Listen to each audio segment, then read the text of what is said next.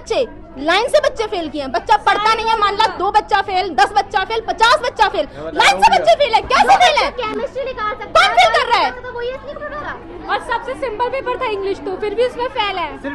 अब से कुछ दिन पहले हमने आपको एक खबर दिखाई थी जिसमें जिवाजी विश्वविद्यालय में वीआरजी कॉलेज मुरार की बीएससी की छात्राओं के द्वारा विरोध प्रदर्शन किया गया था। उन छात्राओं का कहना था कि हम सभी को एक ही सब्जेक्ट में फेल कर दिया गया, वो सब्जेक्ट था इंग्लिश फाउंडेशन।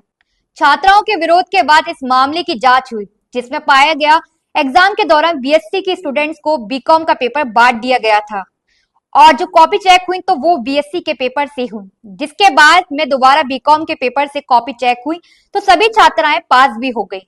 समझ नहीं आ रहा उन छात्राओं से क्या कहें जिन्होंने बीएससी की जगह बीकॉम का पेपर सॉल्व कर दिया, उन टीचर से क्या कहें जिन्होंने बीएससी की जगह बीकॉम का पेपर बांट दिया, और फिर जिवाजी की तो बात ही गजब है।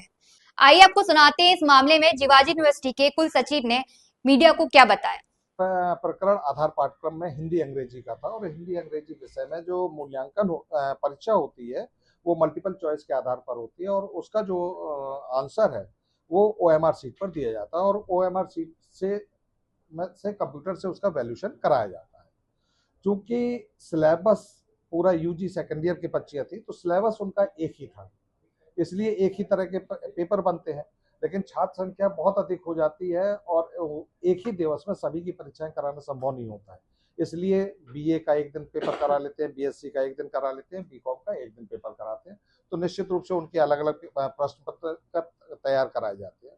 वीआरजी कॉलेज में त्रुटिवश उनकी गलती किस कारण से हुई वो वही बता पाएंगे।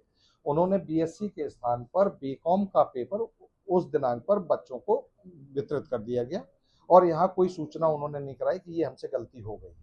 क्योंकि उस दिन प्रश्न पत्र बीएससी का था, इसलिए आंसर की बीएससी की लगा करके उनका वैल्यूएशन कराया गया, इसलिए अधिकांश बच्चे उसमें फेल हो गए।